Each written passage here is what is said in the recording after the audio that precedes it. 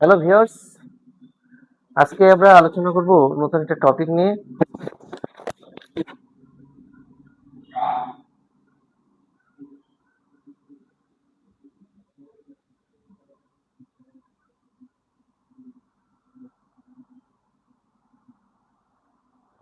আমরা আজকে civil division high court ডিভিশনে যে করতে হয় কখন কিভাবে করব এই বিষয়টা নিয়ে আজকে আমরা আলোচনা করব, সাথে আপনারা থাকেন।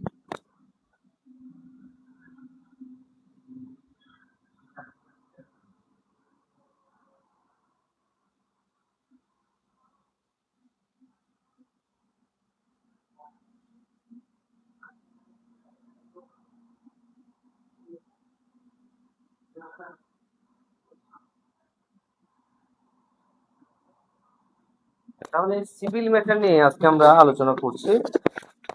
তো হাইকোর্ট ডিভিশনে যে সিভিল নিয়ে আলোচনা করে, তো এই সিভিল নিয়ে আলোচনা যে আমরা করব, যে সিভিল মামলা যে হাইকোর্ট ডিভিশনে যে সিভিল ডিভিশন মামলাটা হয়, যেটাকে আমরা বলি যে দেওয়ানি মোকদ্দমা, যেটাকে সিভিল সুট বলে থাকি আমরা। তো এটি হাইকোর্ট ডিভিশনে কিভাবে আসে, সরাসরি হাইকোর্ট ডিভিশনে আসতে পারে কিনা, অথবা মামলাটি নিম্ন আদালত থেকে কিভাবে আসে, এটা নিয়ে আজকে আমরা আলোচনা করব।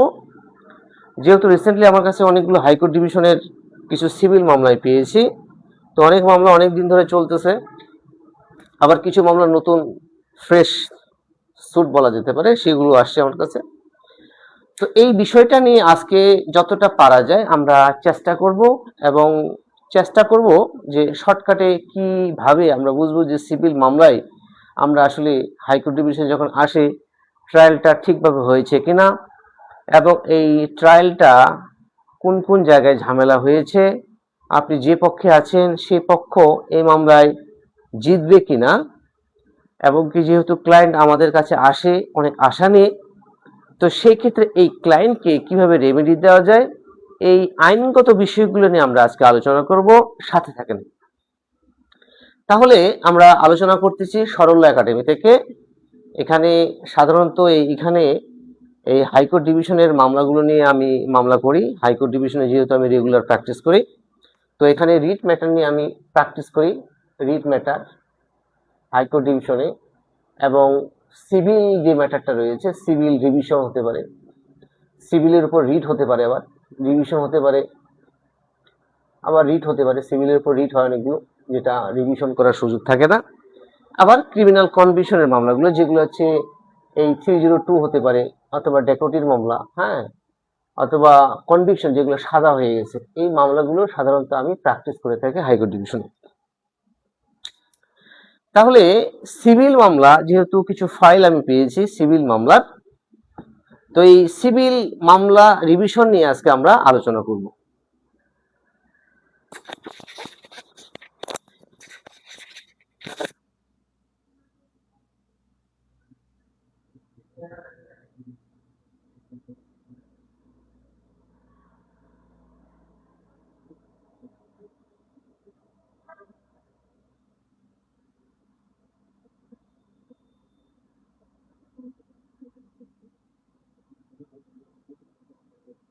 আমাদের সাথে অনেকে যুক্ত হচ্ছেন, হ্যাঁ।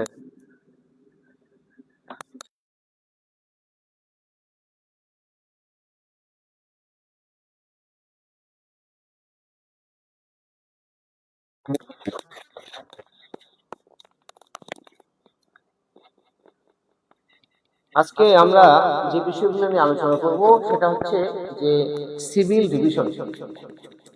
তাহলে সিভিল ডিভিশন সম্পর্কে জানতে হলে অবশ্যই আমাদের সিভিলের যে কি ধরনের মামলাগুলো হয় নিম্ন আদালতে, এবং সিভিলের কি কি বিষয় নিয়ে আমরা এই নিম্ন আদালতে মামলা হয় এবং এই সিভিল মামলায় হয় এই সিভিল মামলায় রেমেডি পাওয়ার যে সুযোগগুলো এগুলো নিয়ে আমরা সাধ্যমতো চেষ্টা করি।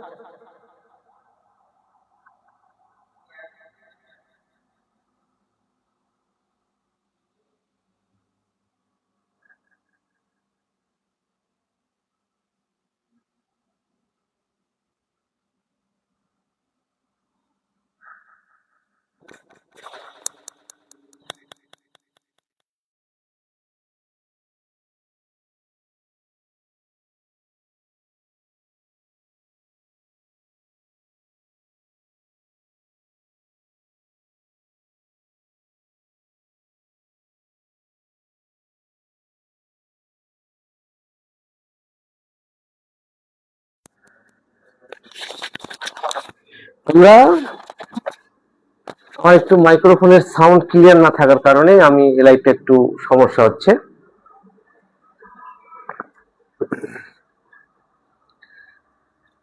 সাধারণত সিভিল মামলা প্রায় বেশ কয়েক ধরনের মামলা হয়ে থাকে, যেটি আমরা সত্য ঘোষণার মামলা বলে থাকি।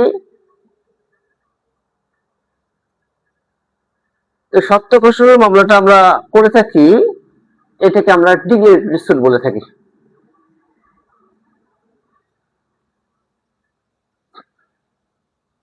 Declaratory sweet.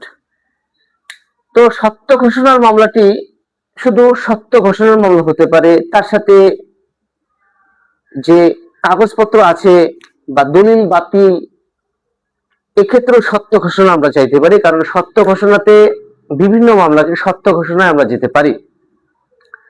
এবং এই সত্য ঘোষণার মামলাটি বলা যেতে পারে এখন সব থেকে বেশি ব্যবহার করা হয় এই সিভিল স্যুট মামলার ক্ষেত্রে।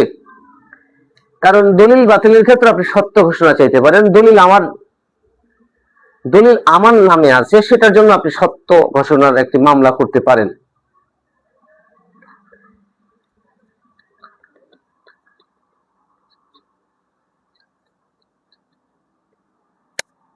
ঠিক আছে, আমরা এই বিষয়গুলো নিয়ে আজকে আমরা আলোচনা করতেছি। তাহলে এ এবং বি তাদের একটি ল্যান্ড নিয়ে ডিসপিউট অ্যারাইজ হলো।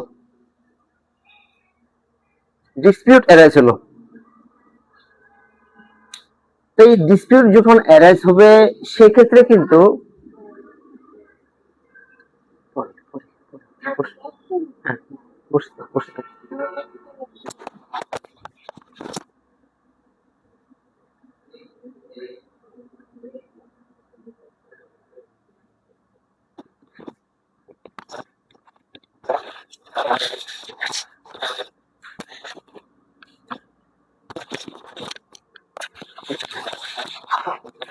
তাহলে এই সত্য ঘোষণার মামলার ক্ষেত্রে যে বিষয়গুলো আমরা দেখব, যে ধরুন যে এই সম্পত্তিটি দুভাবে হতে পারে। একটি হচ্ছে একজন দখলে আছে, আর একজনের কাগজ রয়েছে। এই কাগজটা আবার দুভাবে হতে পারে। এই কাগজের মালিক যে হয় দুভাবে হতে পারে। একটি হচ্ছে ক্রয় সূত্রে, আরেকটি হচ্ছে উত্তরাধিকার।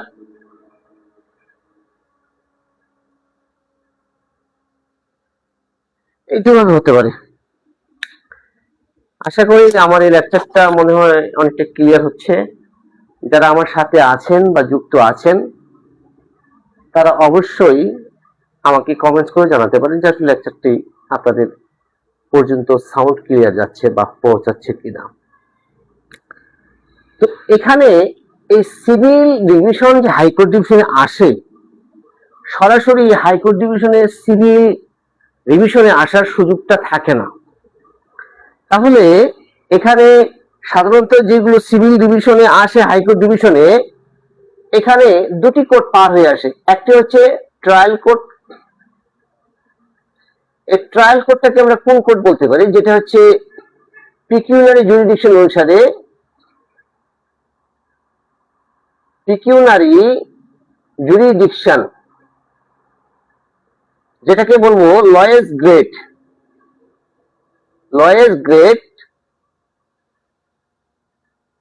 কোর্ট। তো পিকিউনারি জুরিডিকশন এবং লয়েস্ট গ্রেড কোর্ট অনুযায়ী যেখানে ফাইলিং সুটটি হয়,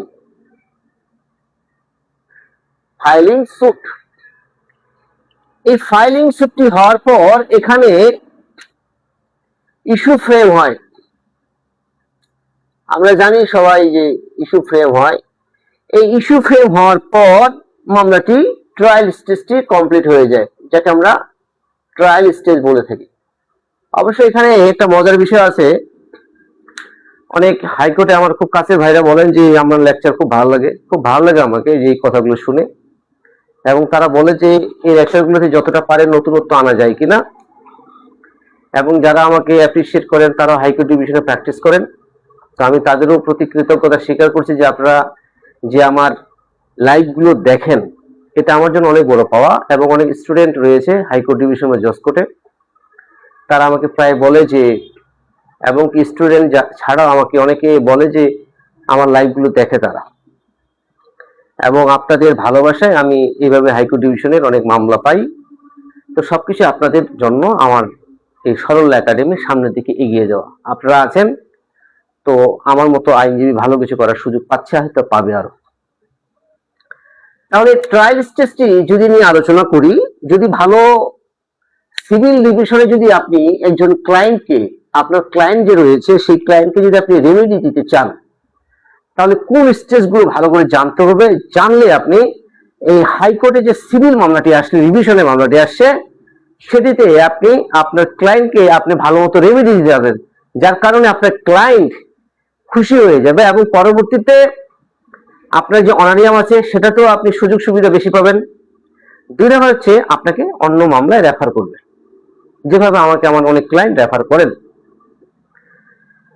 তো এই যে বিষয়গুলো আমরা একটু এটাকে নোট আকারে নিতে পারি, তার সাথে এটাকে আমরা আর একটু ব্রেনে রিভার্স করে নিতে পারি, তারপর আমরা সামনের দিকে একটু যাব। প্রথমত এই লেকচারটি যাচ্ছে সরল একাডেমিতে। I am advocate Saral Kumar Roy, Supreme Court Bangladesh, founder and director of Saral academy. তো এখানে আমরা এই সরল একাডেমিতে হাইকোর্ট ডিভিশনের যে মামলাগুলো করে থাকি সেটা হচ্ছে রিট ম্যাটারগুলো নিয়ে করে থাকি, সিভিল ম্যাটার নিয়ে করে থাকি। সিভিলের উপর রিভিশন হতে পারে, আবার রিট হতে পারে। তার সাথে রয়েছে কনভিকশনের মামলা, যেটি ক্রিমিনাল মামলার ক্ষেত্রে সাজার মামলা হয়, যেটি মার্ডার কেস হতে পারে, ডাকাতি, মানি লন্ডারিং। তো এই ধরনের মামলাগুলো নিয়ে আমরা করে থাকি। তার একটা প্রশ্ন হচ্ছে যে সিভিল রিভিশন, যে আমরা সিভিল রিভিশন নিয়ে যে আলোচনা করতেছি, তো সিভিল কোন কোন মামলাগুলো নিম্ন আদালতে হয় এটি আমাদের আগে জানতে হবে। ফ্যামিলি কোর্টের মামলাও সিভিল রিভিশন করা যায়, যেটি যৌতুকের সাজা হয়ে গেছে, যে ট্রায়াল কোর্ট দিয়েছে, পরে আপিল কোর্টেও সেটা বহাল রাখেছে, তো কমাইছে, সেটার বিরুদ্ধেও আসতে পারে জাজমেন্ট এন্ড অর্ডার। গতকালকে যে মামলাটি আমি শুনানি করলাম সিভিল রিভিশন, এটা ফ্যামিলি সুটে একটা মামলা, 1,26,000 টাকার জাজমেন্ট হয়েছে। তো আমরা অলরেডি 20,000 টাকা দিয়েছি, এটা ফাইনাল শুনানির জন্য আছে। গতকালকে আমরা একটা শুনানি করেছি এবং সেখানে আমরা পিটিশন দেওয়ার জন্য একটা সময় নিয়েছি, এটি বিজয় 4 ছিল, ভালো কোর্ট। তো এই যে বিষয়টা, ট্রায়াল বিষয়টা নিয়ে আলোচনা করতে গেলে এটা আমাকে মুছে দিতে হবে আর নতুন ভাবে আরো লিখতে হবে। আপনারা যারা দেখছেন বা শুনছেন একটু এটা নোট করে নেন, আমি এটা মুছে আবার আরেকটু যাব।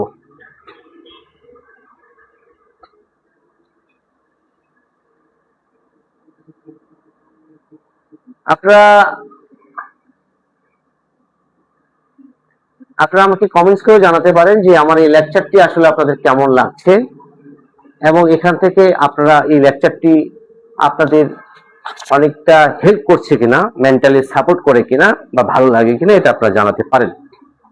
তাহলে আমি এটা মুছে আমরা একটু ট্রায়ালটা নিয়েও একটু আলোচনা করি। আমরা এটা মুছে দিলাম।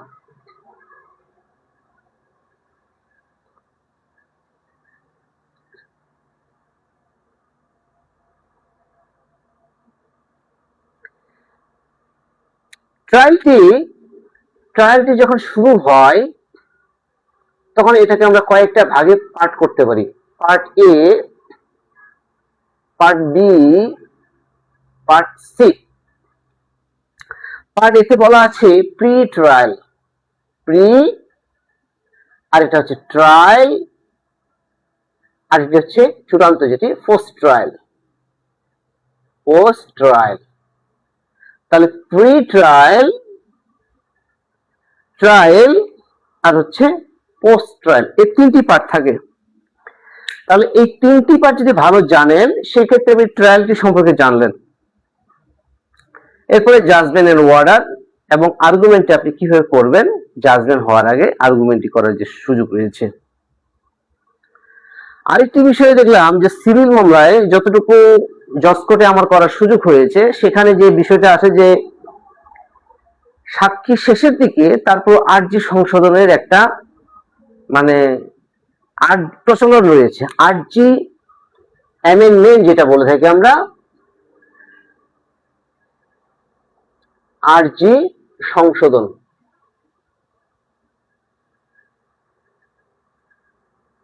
এই আরজি সংশোধন করা ভালো না মন্দ? আরজি সংশোধন করলে মামলাটি আসলে ক্ষতিগ্রস্ত হয় নাকি লাভবান হয়, এটি আমাদের খুব জানা দরকার।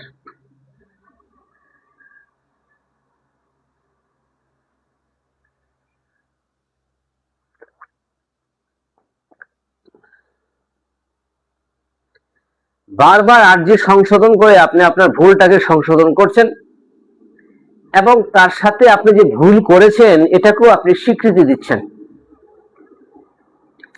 আরজি সংশোধন বারবার করা মানে হচ্ছে ভুলকে শুধরানো বা সংশোধন করা, এই তো। এটা মানে আপনি বুঝাইলেন যে আপনি অনেক ভালো জানেন এবং জানার পর আপনার ভুল হয়েছে, আপনি এটাকে স্বীকৃতি দিচ্ছেন যে আমি ভুল করেছি।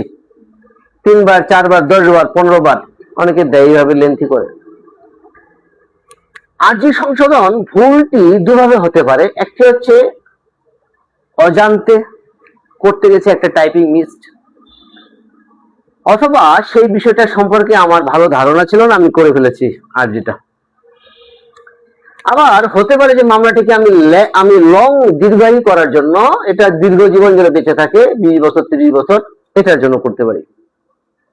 তো বর্তমান সমাজে যেহেতু আমাদের আয়ু কম, আমরা 50 বা 60 পরে আমরা সুস্থ থাকি না, 80% মানুষ আমরা সুস্থ থাকি না, আমরা আনফিট হয়ে যাই, যেটাকে বলা যায় আনফিট।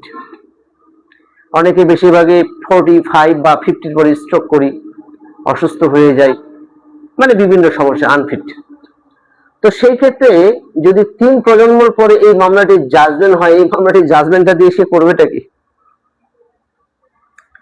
আমি মামলা করলাম, আমার সন্তানও চালালো, আমি তো গেলামই স্বর্গীয়, আমার সন্তানও স্বর্গীয়, আমার সন্তানের নাতি, তাহলে এই জাজমেন্টটা দিয়ে আমি করবোটা কি? আমার নাতি কি করবে?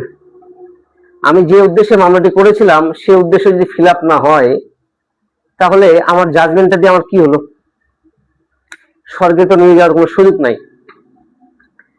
তাহলে এইগুলো আমরা চেষ্টা করব যে দীর্ঘায়ু করার জন্য আরজি অ্যামেন্ডমেন্ট যেন না করা হয় এবং না জেনে বা ভুলবশত যেন এই কাজগুলো ভুল না হয়।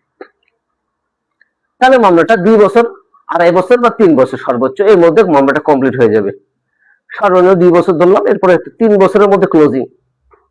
তো সেই মামলাটা আমার 10 বছর নিয়ে যাওয়ার কোনো দরকার নাই। তাহলে ক্লায়েন্ট আমাকে হ্যাপি করতে হবে। যদি আমার ক্লায়েন্ট হ্যাপি না থাকে তাহলে এইসব প্র্যাকটিস করে আমার কি লাভ? কারণ ডাক্তারের যদি রুগী না থাকে আমি এটা কি মুছে দেব? এটা মুছে দেব? ডাক্তার ভালো, কিন্তু ডাক্তারের যদি রুগী না থাকে তাহলে এই ভালোর যে মানে ক্রেডিট, এটি কি ডাক্তার পাবে? পাবে না। তো সেই থেকে আমার মনে হচ্ছে যে যত দ্রুত আমরা মামলাটা ফাইলিং করতে পারি, তবে মামলাটা ফাইলিং করার ক্ষেত্রে আমরা একটু সময় নেব, সপ্তাহখানেক। তো সপ্তাহখানেকের মধ্যে যদি পরিশ্রম করা যায়, অথবা 2 সপ্তাহ নিতে পারি সময়। যদি এরপরেও ব্যস্ততা বাড়ে তাহলে আমি 1 মাস সময় নিলাম।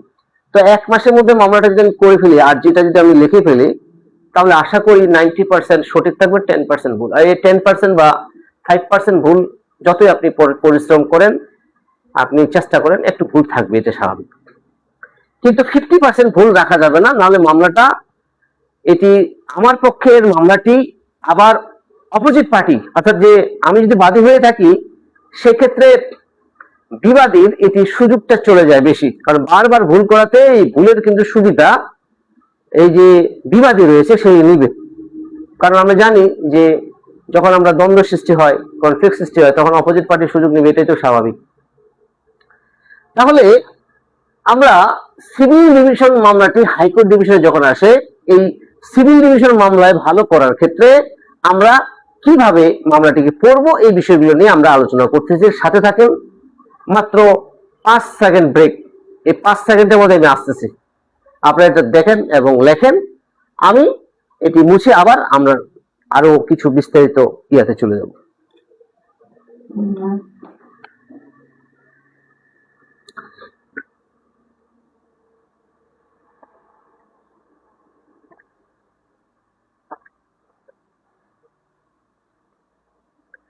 আপনারা যারা দেখছেন বা শুনছেন, আপনারা কমেন্টস করে জানাতে পারেন, এবং যাদের সিভিল মামলা বা সিভিল স্যুট নিয়ে ঝামেলা, তারা এটি তাদেরকেও আপনারা শেয়ার করে সচেতন করতে পারেন।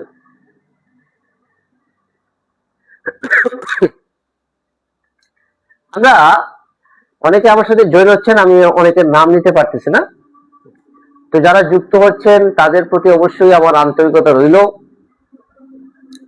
এবং আপনারা এইভাবে আমাকে সাপোর্ট করবেন। অর্থাৎ সিভিল ডিভিশন যে মামলাটি হয়, সেটি আমরা বলতে পারি যে error of law or fact. Error of law বা ইরর অফ ফ্যাক্ট কি, এটা নিয়ে আমরা একটু আলোচনা করতে পারি। Error of law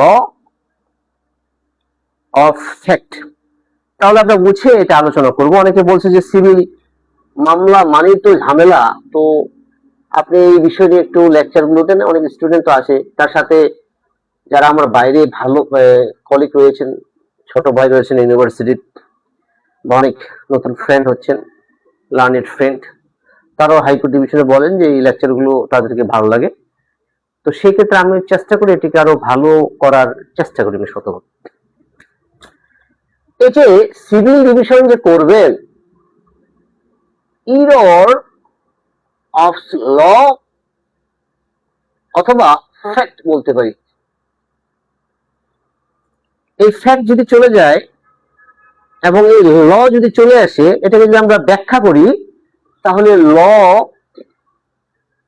plus fact. আবার এই ফ্যাক্টকে আমরা দুইভাবে নিতে পারবো, একটি হচ্ছে জেনুইন ফ্যাক্ট আর একটি হচ্ছে ল। এটিকে আমরা বলবো fact in issue. In issue, আর এটা হচ্ছে রেলিভেন্ট, যেটাকে আমরা বলবো ল পয়েন্ট, আর এটিকে বলবো আমরা ঘটনা। এটি আবার বলা আছে এভিডেন্স অ্যাক্টের সেকশন 5 এ, আপনারা একটু পড়ে দেবেন। এভিডেন্স অ্যাক্ট, আমি কিন্তু ভাই আপনাদের সবকিছু নোট করে দেওয়ার চেষ্টা করতেছি, পরে আবার আপনারা আমাকে কোর্টে দেখলে যেন না বলেন যে আমি নোটটা করে দিই নাই।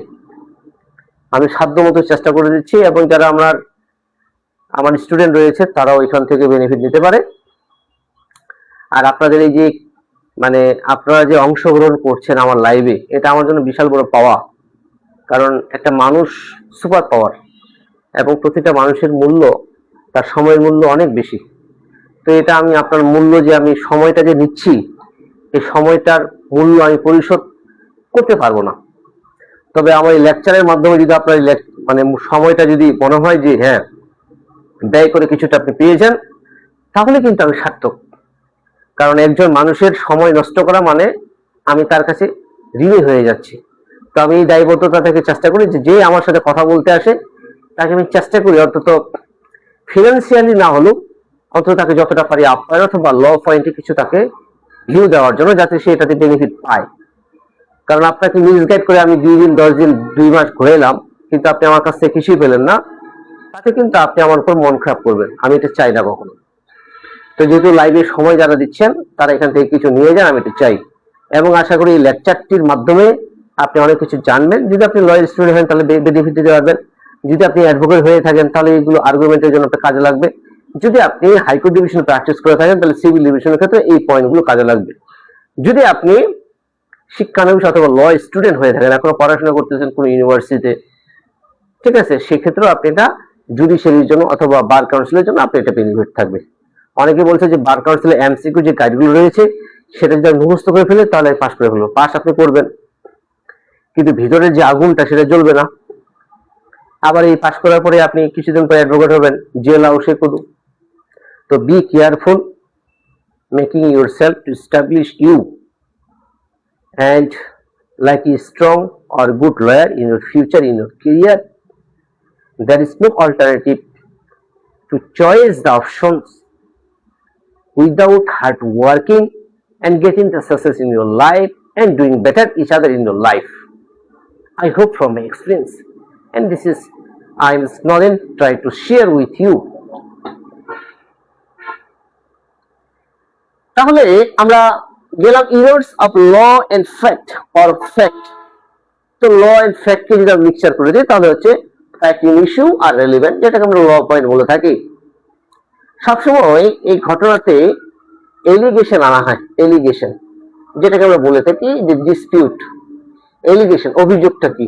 সে আমার সম্পত্তিটা দখল করেছে, সে আমাকে হুমকি দিয়েছে, সে আমাকে আমার কাগজগুলো অবৈধ ঘোষণা করার চেষ্টা করতেছে, সে বিভিন্ন ভাবে আমাকে সেখান থেকে বেদখল করার চেষ্টা করতেছে। আমি সেখানে গাছপালা লাগিয়েছি, কৃষি কাজ করছি, সেটা আমার দখল করে নিয়ে কাটে নিয়ে চলে, এই তো।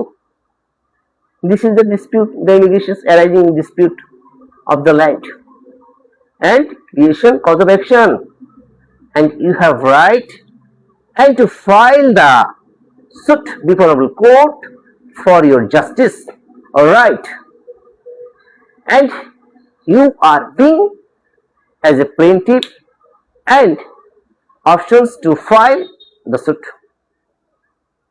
against the person who are torturing and try to dispose from the positions of you, and this is after filing it will be mandatory against him, the person who are guilty or who are being as a defendant. This is the বিবাদী আমরা বলে থাকি যাকে। আমরা তাহলে এটা দেখলাম। এরপর আমরা দেখবো যে ট্রায়ালে বিষয়গুলো আমরা কি কি দেখি। আপনারা একটু লিখতে চাইলে লিখতে পারেন, আমি একটু আপনাদের সুযোগ দিচ্ছি, আপনি লিখে নেন। হ্যাঁ, এটা মনে রাখতে পারেন। অনেকে টুকর ব্রেন আছে যাদের স্যার মনে রাখতে পারেন, অথবা যারা মনে করেন যেটা ভুলে যাবেন নোটে করতে পারেন ডায়েরিতে। আমরা একটু দেখি। আমাদের সাথে অনেকেই যুক্ত হচ্ছেন, আসলে আমি অনেকের নাম হয়তো নিতে পারতেছি না। হ্যাঁ, তাহলে আমরা এই সরল একাডেমিতে যে হাইকোর্ট ডিভিশনে যে মামলাগুলো করে থাকি, এটা কি আপনারা দেখতে পাচ্ছেন? দেখি যতটা কাছে নেওয়া যায় কিনা।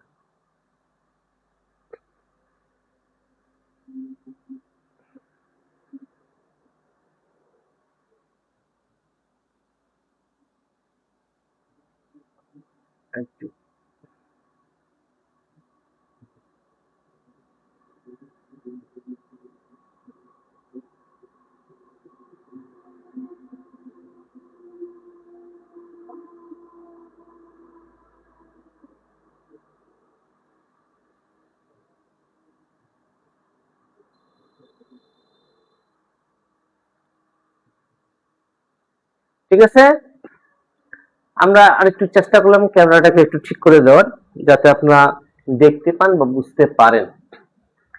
তাহলে আমরা দেখতেছি আজকে সিভিল রিভিশন নিয়ে। আসলে আমাদের দেশে যেভাবে জমি দখল হয়ে যায়, অনেক সময় খাস জমি এই যে লিস্টে পড়ে যায়, যেটাকে আমরা ভেস্টেড প্রপার্টি বা অর্পিত সম্পত্তি বলে থাকি। শত্রু সম্পত্তি, যেটা শুধু তার নাম ভিন্নতা দেওয়া আছে, অর্পিত, ভেস্টেড প্রপার্টি। তো সিভিল মামলা নিয়ে আমাদের সবারই ধারণা থাকা উচিত, অন্যথায় আপনার সম্পত্তি আরেকজন নিয়ে যাবে এটা নিশ্চিত থাকেন আপনি। তাই আপনার সম্পত্তি যদি থাকে সেক্ষেত্রে আপনার সিভিল ল মানে সিভিল সম্পর্কে জানতে হলে আপনি আমার এই পেজে, আমার ইউটিউব চ্যানেল সরল একাডেমি, আরেকটা রয়েছে সরল নিউজ, এই দুটি চ্যানেলে আপনার যুক্ত হতে, ইউটিউব চ্যানেল আর সাথে আমার পেজ রয়েছে সরল কুমার রায়, সরল একাডেমি, এগুলোতে আপনারা অ্যাড হতে পারেন। এখানে তথ্যগুলো দেওয়া হয়। কারণ যেহেতু প্রপার্টি আপনার আছে সেক্ষেত্রে আপনার প্রপার্টি সম্পর্কে আপনার সজাগ থাকতে হবে। আপনি ঠিক মতো নামজারি করেছেন কিনা, আপনার খাজনা খারিজ এগুলো দিচ্ছেন কিনা, দলিলগুলো আপনি যার কাছ থেকে কিনেছেন সেটা আগে ট্রান্সফার হয়েছে কিনা, দলিলটা আপনি চেক দিয়েছেন কিনা নেওয়ার আগে, এই বিষয়গুলো নেওয়া এবং কি আপনি যতটুকু সম্পত্তি পেয়েছেন সেই দাগ অনুসারে আপনি সম্পত্তিটা দখলে আছেন কিনা, এবং আপনি জমিটা আমিন দিয়ে অর্থাৎ সার্ভেয়ার দিয়ে মাপ করার পরে আপনার সম্পত্তিতে অন্য দাগের সম্পত্তি ঢুকেছে কিনা। এখানে আপনি বাড়ি করে ফেললেন, চাষাবাদ করে ফেললেন, বা এখানে আপনি কোনো ইমারত বা বিল্ডিং করে ফেললেন, পরবর্তীতে আরেকজন এসে বলতেছে ভাই এই দাগ তো আমার পড়ে গেছে, আপনার সম্পত্তি আরেকটা অন্য একটা দাগের দিকে চলে গেছে, তো সেই ক্ষেত্রে তখন বিল্ডিং আপনার ভাঙতে হবে।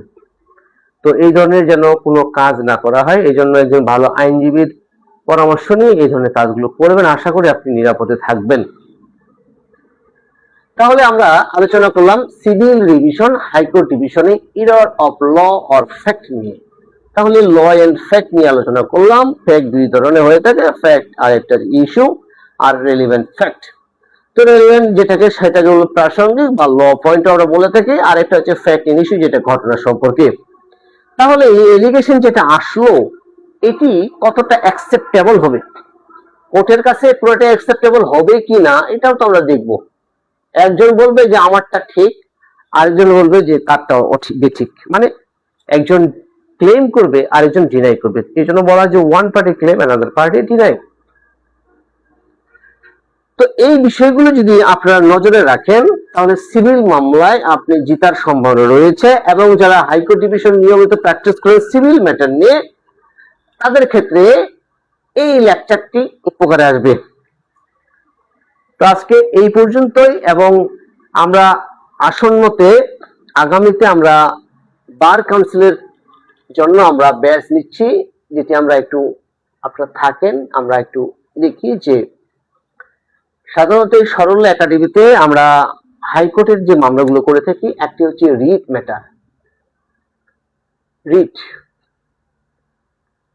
হাইকোর্টে রিট করে থাকি, সিভিল করে থাকি আমরা সিভিল